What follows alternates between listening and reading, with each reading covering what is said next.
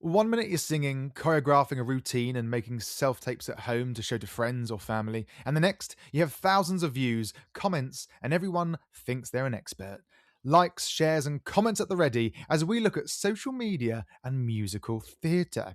Is it a duet that together sing in perfect harmony, or is it not quite as easy as it seems? We're deep diving into the world of social media in musical theatre today for our episode on the NYMT podcast Open House. It's the podcast that brings you insight and inspiration from a whole host of incredible guests and friends of NYMT and the world of theatre. And it's in celebration of our 50th anniversary, the 50th anniversary of NYMT. And you can find out even more about our 2026 season on the socials at NYMT UK or online, nymt.org.uk.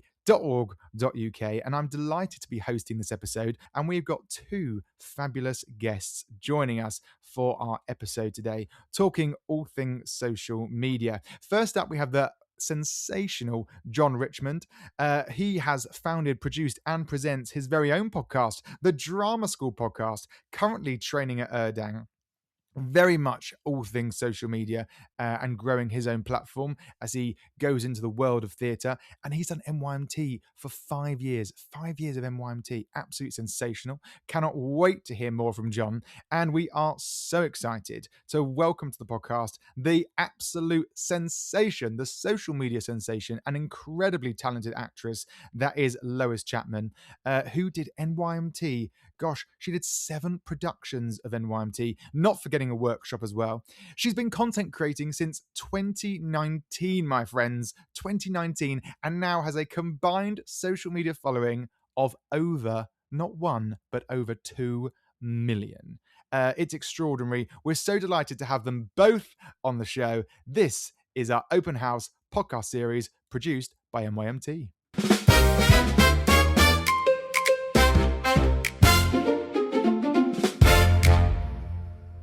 Wow. Hello and welcome, John and Lois. How are you both? What an introduction. That was crazy. I'm so good.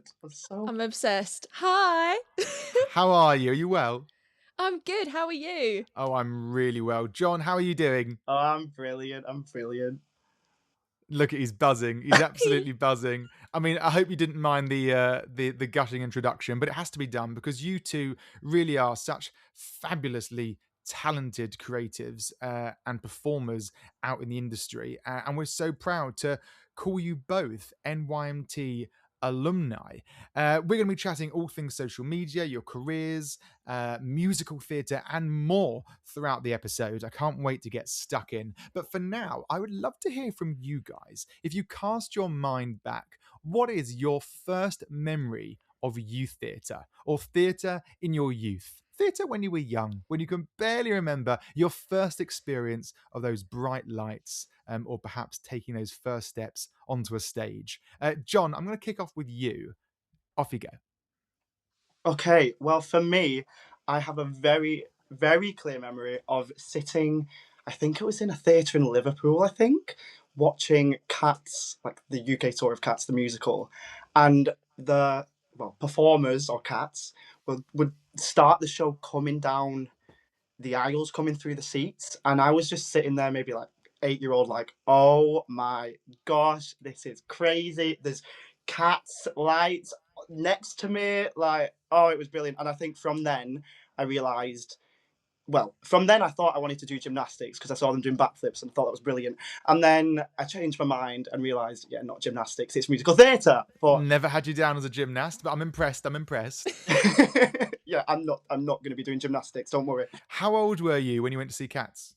I think it was like 8, 9 maybe, I don't know, something like that. Incredible. And Lois, how about you? What was your first memory of youth theatre? I think for me in primary school, I never used to get a main part in every school play. Never did. Always really wanted to, and I was just like star number 2 or something in like the nativity, and no one knew their lines, and it used to really bother me. And I remember saving the day by pretty much having a conversation with myself as Mary and Joseph, yeah, I'm the star, and just like cutting in for everyone because they were deer in headlights, and I'm like, this is your line, this is your line, this is your line. And I was like, that was actually really fun to have a solo line for once. It wasn't mine, but it was my first time actually saying something solo, and I liked it. And you got hooked. I like it. I said a solo and I liked it. To quote, is that Katy Perry? Something like I that. mean, And my name has the word, you can't have solo without low, so Oh, maybe. yes, God. I love that. You can't have solo without low. So, John, NYMT, you've done it for many, many years. What was the most recent production you were involved in? Tell us a bit about it. Okay, so I'm a bit of a quirky one. I have been doing the platform productions. So I guess the most recent one was with Hannah Chiswick and David Randall. And we were basically just celebrating the last 50 years of NYMT. So we did, I guess you'd just call it like a cabaret, I guess, of just different songs from the 50 years of NYMT, put them on stage at the other palace, performed, I think we did 2 shows, and just, yeah, had a blast doing that. I think it was more like a song cycle. It was a Song side. fabulous collection of songs. It was a really Yeah. beautiful piece of theatre that our platform company produced, and really well done. It was quite extraordinary to see you guys put it all together. Lois, how about you? What was your most recent NYMT production that you were involved in? Oh, the last show I'm ever gonna do of NYMT, because I'm now too old. Oh, it was She's an oldie. She's chess. an oldie. I'm an oldie, but I'm a goldie. No, it was chess with Alex Sutton as the director, and it was at the Leicester Curve, and I played Freddie Trumper, but as a female gender bent version, and I actually broke my toe 2 nights before opening night, and had to go to the hospital, which was really fun. I always seem to have a bit of a drama. I'm just dramatic. It's in my body, you know. But yeah, chess, and chess is just chess is it's chess, isn't it? It's a Like beast. it's a show within itself. It is. And it It's an was so absolute much fun. It's beast of so a much show. fun. And you done multiple NYMT productions, but tell us, what was that journey from NYMT to building this incredible following on social media? How did that journey start for you back in 2019, when I think you first started producing content? Yeah, so I started producing content, 2019, and it was just pre-COVID.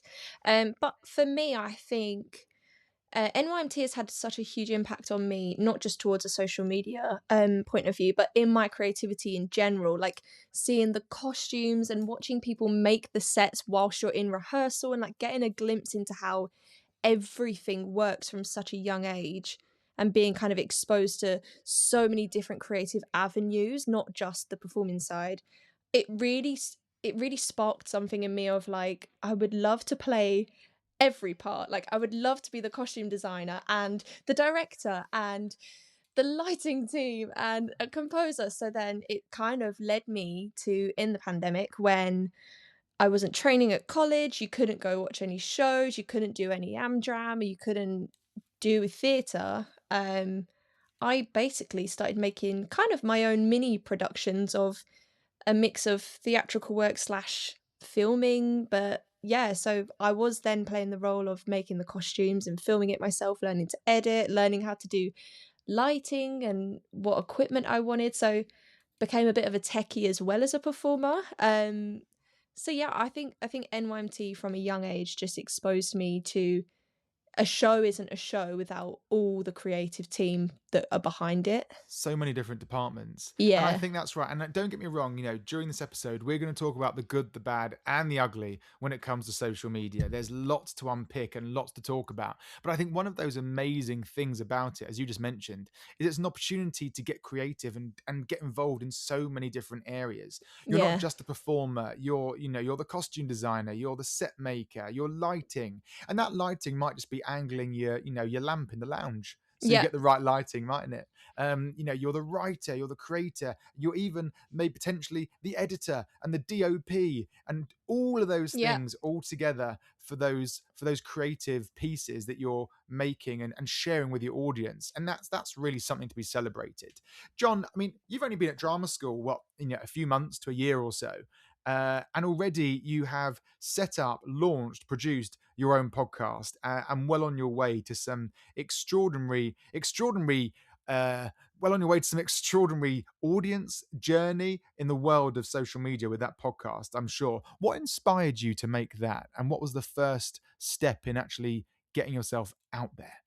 Well, look, I remember auditioning for drama schools and just wanting to find advice on which drama school's best for me, what the different drama schools offer.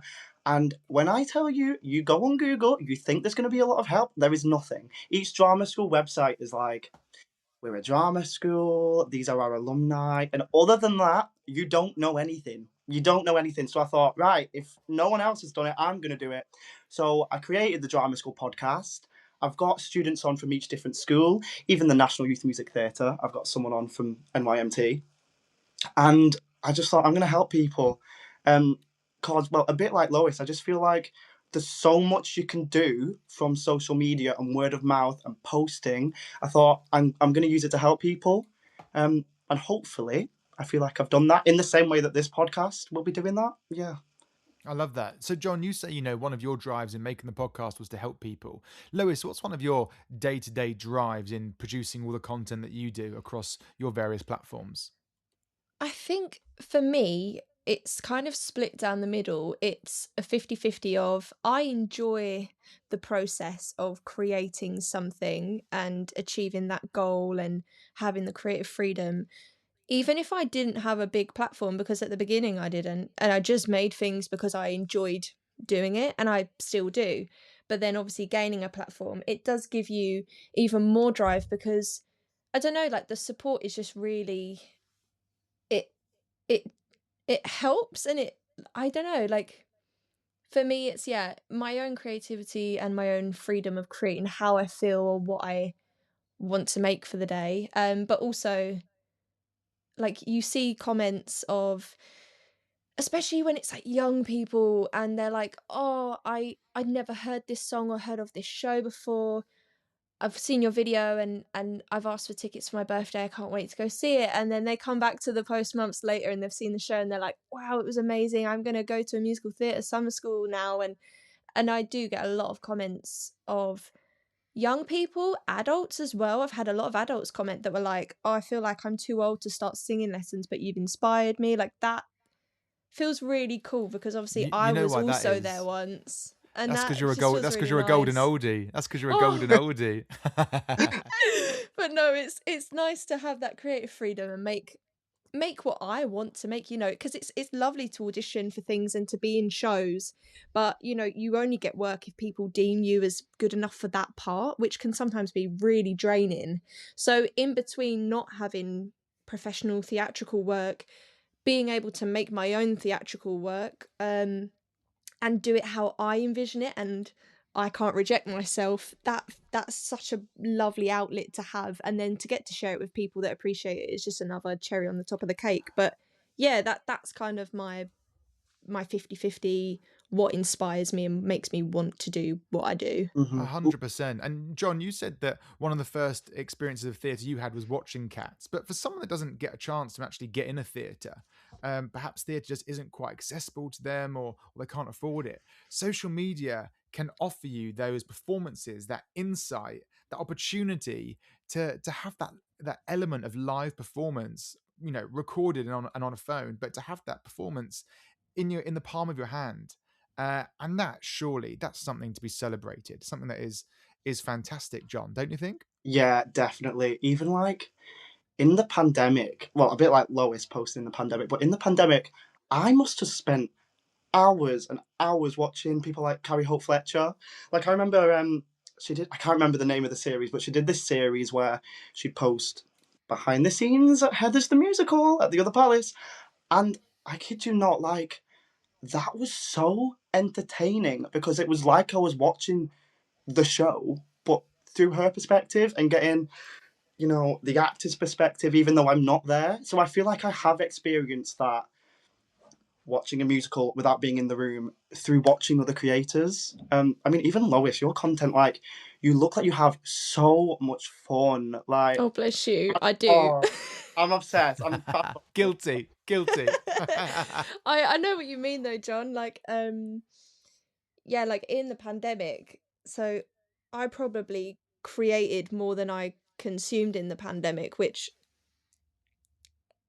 again, comments wise and DMs that I received, especially in the pandemic, because the audience ratio was even higher because everyone was on their phones constantly Yeah. and everyone was miserable. Do you know what I mean? Like, no one felt great naturally when they woke up. It felt quite dry and draining. And that was probably the time of my life where I received the most comments like that because the audience was higher and people really needed it. I think people needed a distraction from how bleak things were. And yeah, that's again like going back to the drive thing or it not being accessible. Like, theatre's expensive. Theatre isn't something that everyone can do whenever they want, regardless of COVID or not, but especially in COVID, like, it wasn't even an option. So to make something that kind of closed that gap or made it as close to experiencing watching something creative, yeah, like, I think that had a big impact as well, like,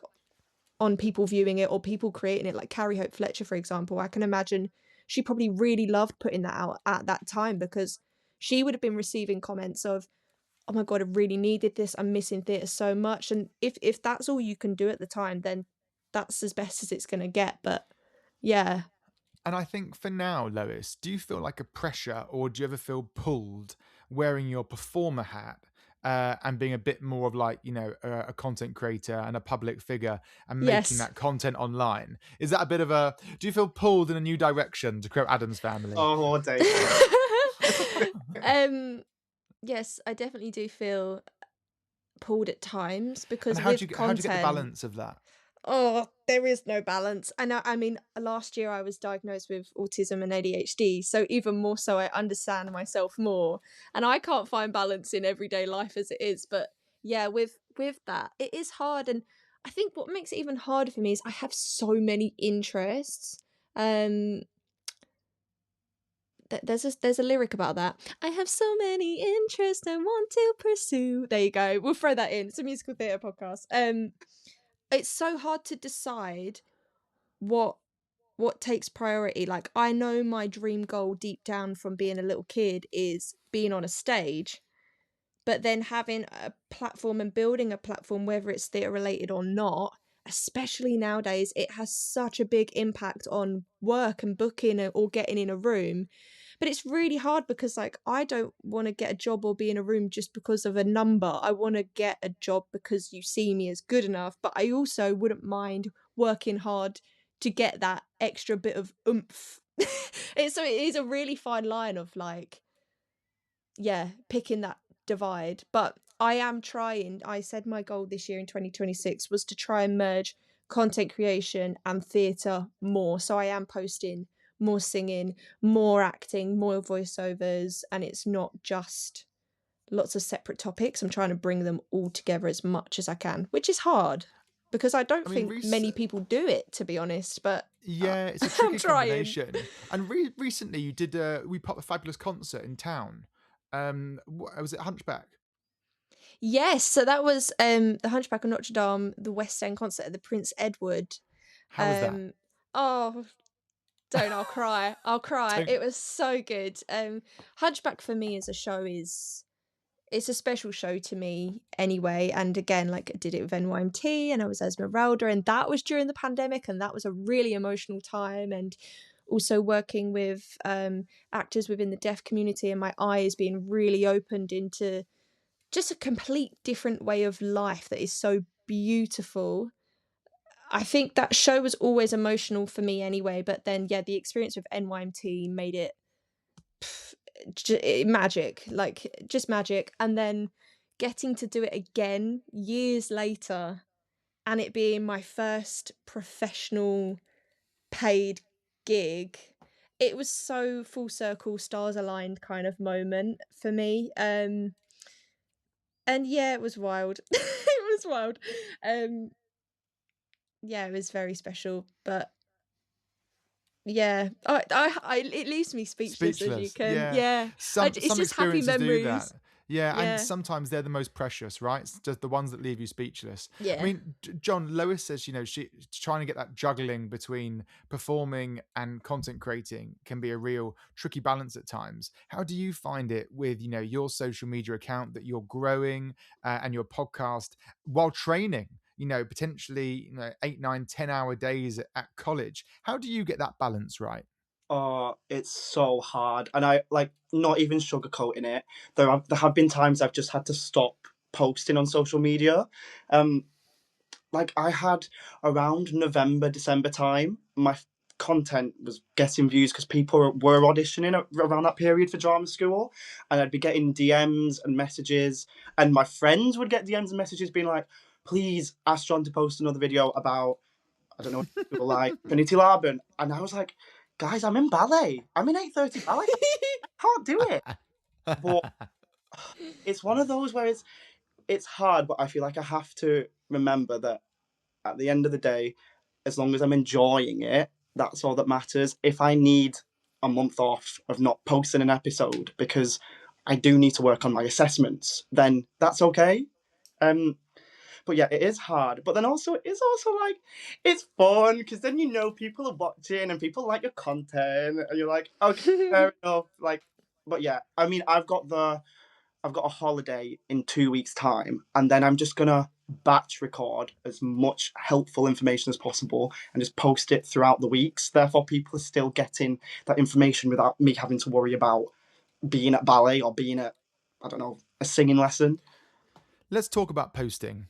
Okay. There's so much out there. Posting 10 times a day, short form content 20 times a day, once a week, the same hour, different hours. For someone that's listening, that's really trying to grow their following on social media, what would the pair of you, what advice would you offer when it comes to posting, where to start, how often? Lois, I feel like you've got some thoughts. Um, I feel like such a hypocrite giving advice because I don't even stick to a routine, and I know I should, but I find it really hard. But maybe that is the advice. Yeah. Maybe Yeah, Yeah. you do I works think for you. you do what works for you. I definitely want to get a routine in place for myself more. And again, like since I've been diagnosed with ADHD, I didn't even realize that as a bit of a negative pattern that might be working against me because I spent hours making this content, or before I even make it, I've got to dream it up and then write it down and make the costume. Like I spent days. And then sometimes the thing that lets me down the most is like my marketing and posting strategy because I'm not trained in that. And sometimes I probably do shoot myself in the foot a bit of when I decide to post. At the end of the day, you need to go with what feels right for you. If you need a break for mental health, or if you're busy and life is life, like you can't be miserable at the end of the day, you've got to put yourself first. But there is definitely ways of getting your stuff seen to its highest advantage. I don't always stick to it, so it's not a deal breaker, but it might help. And I would say that is to begin with, maybe post at different times of days. And then at the end of the week, go to your analytics and see, okay, when I posted at 7 o'clock, it got the most views, and I can see that my audience are predominantly online the most at 7 o'clock. So then maybe you start posting your videos at 7 o'clock. It doesn't have to be every day. Maybe it's just twice a week, but pick a number and maybe stick with it. And then that, if it, and if people time zones fluctuate, you at least have a bit of a system in place that you can go back to, and normally on analytics, you can view when your audience is online the most. And I would just post then. Like that's probably the easiest route. But if you don't, you don't. Who cares? I like it. A bit of method to the madness. Just a little bit of Yeah, for method to that once. For madness. For once. once. John, how about you? Once a week, once a day, twice an hour? Where do you Look, start? I spend literally hours asking ChatGPT questions of what is search engine optimization? How do I get my content out to Look, I think you just need to make the video, make the post, and post it whenever you want, because I feel like people kind of like seeing, especially on things like Instagram, the scrappy, like raw behind the scenes stuff that isn't really that edited. So I think if you want to make a video, post it, and then you'll see it hopefully will do well. Um, but like I think stories wise, I try and post maybe 2 stories a day. Um, main Instagram post-wise, 3 posts a week would be ideal, but I'm not doing that because I've not got time for that. So I'm just doing it on my own accord. Me neither. Yeah, like I love the honesty, guys. I love just it. do.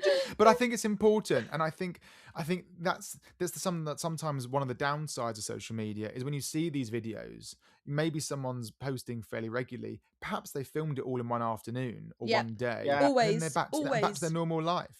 And there's can be that misconception that you have to be producing and filming every day. But actually, very rarely is someone actually filming, editing, posting live on a day-to-day basis. Yeah. And there's something else I really want to pick up on that you've both talked about, but you're both far too modest. So I'm going to go back to it. So we're going to rewind. You're both extremely hard-working individuals. You're balancing, John, you're balancing your training. John, for our listeners out there, John was literally running straight from a tap class into this podcast before we were recording this evening. Getting that commitment, that dedication, Dave, and that focus is just. I am so glad that this is an audio podcast, because if it was a video podcast, you will see the sweat right now. It grows. It actually grows. Did I not tell you, John, we're doing video as well? Oh, sorry, I forgot to mention David, why would you say that? it. I'm just joking. Give us a time step. Go on. All right, give us a time step. I can tell you he certainly does eat eggs for his breakfast. And for those of you that means anything to, you understand. And for those that doesn't, we'll move swiftly on. But seriously, you are both extraordinarily hard workers. Lois, you talked about that casting world of, whether you feel like you would deserve or wanting a certain role. Of course you're deserving of a role. Filming and making content is just one aspect of your career, one aspect, one talent, almost the same way that musical theatre is built up of singing, dance and drama. I think there's content creating as a second strand to that in 2026. Yeah. And Lois, it's something that you have worked extremely hard at over the years. You've done an amazing job at it. I don't think John's far behind you. No. But you're both extremely hard individuals. And I think that's something that listeners, when you're watching those videos, you can sometimes forget it. Don't you think, John? Well, I want to say, right, in terms of when Lois is like, oh, I don't know if I deserve this, and is it just coming from my social media? I genuinely disagree. I feel like social media, I like to call it like a virtual stage door. It happens, it already exists. You're just entertaining the virtual stage door and still communicating. So yeah, I agree completely. Here. I'm glad you agree. Lois, I want to come back to something that you mentioned a couple of times, which is really, really great. And thank you for sharing your diagnosis of autism and ADHD. Yeah. And that you said that was a recent thing. How, when you look back, how was that through training, through college, through NYMT, as a young performer? How did you process all of that, and how did it play out for you? Yeah, I mean, God, like, it's hard. This industry is hard for anyone. This industry is mentally challenging, physically challenging, emotionally challenging for anyone. But I think looking back as especially an undiagnosed child or teenager or young adult with autism and ADHD who is very empathetic, definitely at times my skin was not thick enough. Definitely at times now my skin is not thick enough. I think NYMT was the first kind of training experience I had, and I can literally fault nothing about it. Like, considering, I didn't know I had a diagnosis, there was a lot of things I struggled with. I struggled with staying away from home. I struggled with making friends and meeting new people. I struggled with the fact that we had like set food times that were different from when I would normally eat at home, and then the set food was set food from wherever you were staying at the schools and things, and half of the food I wouldn't eat because I was a very plain Jane, like things couldn't touch. And I look back at it now and it just screams autism, but obviously at the time I didn't know that. But yeah, like every pastoral member on the team, and obviously most of this was yourself, David. You were my NYMT dad, and like you would fight my corner and make sure I got fed what I wanted. And There were times when I literally couldn't sleep and I would sit up in the pastoral staff room way past my bedtime, but they would always look after me. And That's fine. That's fine. We'd work yeah, it out. We'd be there. yeah, yeah. And I think had I not received that, regardless of having a diagnosis or not, like the fact that the team are just genuinely that attentive, whether you have a label on you or not. Um, I mean, it's how it should be, but you'd be surprised how many places don't work like that. But I think it definitely gave me the confidence. It gave me the confidence to be able to ask for help, I think, as well. Like, had I asked for help once and kind of been disregarded, I probably never would have again. But because I was never made to feel like a problem or like I'm too much or I'm too dramatic, and I used to cry like every day at NYMT. It wasn't because I wasn't enjoying it. I just used to get really overwhelmed at the end of the day because you process so much information and made so many new friends and learned so many new songs and dances and staying in a new place. Everyone else would come home and play games, but I would need like a good half hour in my room on my own just to like reset. And yeah, no one ever made Yeah. me feel weird for that. I was always quite honoured in that, which was really nice. And my first year with NYMT, I was 11. So, that's a really, really young age. It's a And young age. yeah, but It is a young age. um, never felt excluded or No, not thank you looked for sharing. after. That's really, yeah, it's really, really brave of you to share. And thank you so much. What advice would you give, Lois, to a young person, perhaps diagnosed with autism or ADHD, who's listening? They're creative, they like performing, they like musical theatre. Yeah. And like you said, potentially they've just got so much going on, and just how to process that on a day-to-day basis, either in the rehearsal room or in the studio. Yeah, I think I really do think the key with any line of work when you're autistic or have ADHD, but especially in theatre, is being able to ask for the help when you need it. Like I experienced it more recently. And again, really weird. I had a full circle moment. When I did Hunchback with NYMT, I was Esmeralda. I wouldn't call myself a dancer. I'm a mover. Esmeralda, she's this beautiful dancer who holds herself and she knows who she is. And I don't know, I felt like I had such imposter syndrome, and all these girls around me at NYMT were amazing dancers, and I felt like I wasn't deserving because I couldn't dance as well as them. And I remember at NYMT, I must have been about 19, and I just started crying during us learning choreography, and I just started crying and I had to leave the room.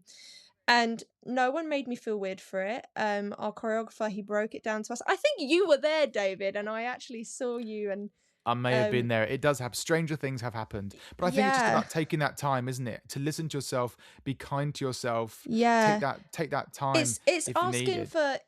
for help, because when I did the West End version of Hunchback not long ago, and this is where I'm talking full circle of having a breakdown learning dance for Hunchback at NYMT, we had to learn dance for Hunchback for the West End one. And whilst we was trying to learn the dance, we were in one corner of the room, and the other side of the room were the men learning vocal lines for a complete different song. So we were trying to learn a dance with no music and counts, whilst the boys across the room were singing a And different learning song a with separate different song. counts. Well, that just And sounds I absolutely brilliant. yeah, and I mean, not like a worse nightmare. I had to step in and say, like, I'm really sorry. I'm getting really overwhelmed and there's too many things going on. And, they accommodated. They didn't make me feel bad about it. And for the rest of the rehearsal period, whether this was because of what I said or whether this was pre-planned, if we were learning two separate things from then onwards, they'd actually book two separate rooms. Amazing. So it felt, yeah, like, don't be afraid to ask for what you need, and you will work better, you will learn better, you will process better being in an environment that is catered for what you need. Oh, such wise words. And I'm so glad that NYMT did exactly that and did exactly what you needed at that time Yeah. when you were at the young age of 11. Lois, how do you deal with some of the trickier sides of it? Mhm. Messages, comments that you may read, and actually those may not be too helpful. Because I'm sure Yeah. there's people listening that are thinking, how do I deal with that side of it? How do you deal with it? Yeah. Oh, I used to really struggle with it. I mean, I took about a year break from content at one point, and it definitely, that year break has still had an impact on my content today, probably from an engagement and view ratio. Um, but at the end of the day, that's not the most important thing at the time. The most important thing for me was to look after myself. Um, And for me, I don't really receive negative comments anymore. I don't quite know why that is. But I used to a lot, especially in COVID. And I do think it's because a lot more people and keyboard warriors, as I like to call them, were just bored on their phones. But if you do receive spiteful comments or DMs or people stitching your videos and making fun of you, because it happens, the best thing I can say is, yeah, it hurts. It will really upset you when you see it, and that's completely fine. If you need to have a cry or you need to feel upset, you should feel upset, but just remember the only reason people are someone said this to me the other day, people don't throw rocks downwards, they only throw them up. People are only attacking you because they can see you're on a journey that's already up and beyond where they are. You know, if people were happy with where they are in life, they wouldn't feel the need to bring other people down. So all it means at the end of the day is you're doing something right. That's how I see it. And it boosts your content, babe. Yeah, It does. absolutely. Yeah, And it now, boosts if that content. now I used to I used to cry over comments. Now, do you know, I don't mind a hate comment because I'll respond. It might be someone, she was really pitchy, you know, and I'll reply with, oh, thanks, babe. Can't wait to see your version. And then they'll come back with something else. And, I you love know, it. I don't encourage bullying, but I will No, I will give a kind response. And they don't like you kind being response. kind back either. So just be Kill nice and with it will really, kindness. yeah, really bother them. What doesn't kill you makes you stronger. But I think that's amazing. I Exactly. think that's amazing advice there. But also going back to what you said, actually, if there's times where you want to take a break from You it, need turn it to. You off, need to and take because yourself away from it. you will If that's what feels lose. right, yeah, Yeah, absolutely. and you will lose all your creative spark. Like you won't be making amazing content like you want to because you'll be so dead inside and people can feel it. Like you need Yeah. to revive yourself. Guys, we are coming to the end of our episode. But before we do, I've got two questions from some of our listeners that have sent these in. And I'm going to give one to John and one to Lois. So, John, question for you. Opinions on filming and uploading class footage. And that's from Millie, age 21. What do you think, John? Oh, if the teacher is letting you film the dance or letting you post your singing, do it, upload it. Like, obviously, make sure your teacher does let you do it, but it's fun. You get to show your friends what you can do. You get to show your friends your progress. People will see it. People will like it. I think do it. It's fun. I want to show people that I can sing. I want to show people I can dance. And show people you can tap as well, like your tap class from earlier. I like it. Lois, question for you. This one's from Kaya, age 20. And Kaya wants to know your opinion on posting behind the scenes footage before the musical is performed, or in some cases, even opened. Oh. What are your thoughts on that? Oh, well, I've done it myself. I love it. So I've got to say it's all right, really, haven't I? I mean, there's a line. So I did it myself with Hunchback in the West End, but before I posted it, I sent it to the team and I was like, guys, this is what I've made. Are you happy with it? Is there anything you want me to remove? And they said it was fine. But obviously, I think absolutely. But before you post it, check it with the creative team. Yeah, I like it. Wise words. You don't Wise want to get words cut before indeed. opening night. No, you definitely don't want to get cut before opening night. But listen, 2026 is the NYMT season of dreams. There's a dreams theme running across all of our shows. I'd love to hear from both of you. What is a dream of yours? Oh. One dream of yours, it can be anything, theatre related, outside of theatre, social media related, or even outside of social media. Perhaps it's at home with friends and family. I'm going to come to you, John, first. I have said for ages, I will not stop until I've been Bok in Wicked. It's like it's not a dream, it's a need. It's something I'm living for it. Yeah, oh, he's in my casting. He's such a fun character. He gets to have a fun relationship with Nessa. Yeah, I will do anything to be Bok. Literally. I like it. So I whoever like it. And I think that focus on such a specific goal and dream can uh be so useful and so clear when you're training and out in the industry. That's great. Thanks for sharing, John. Lois, how about you? Hi.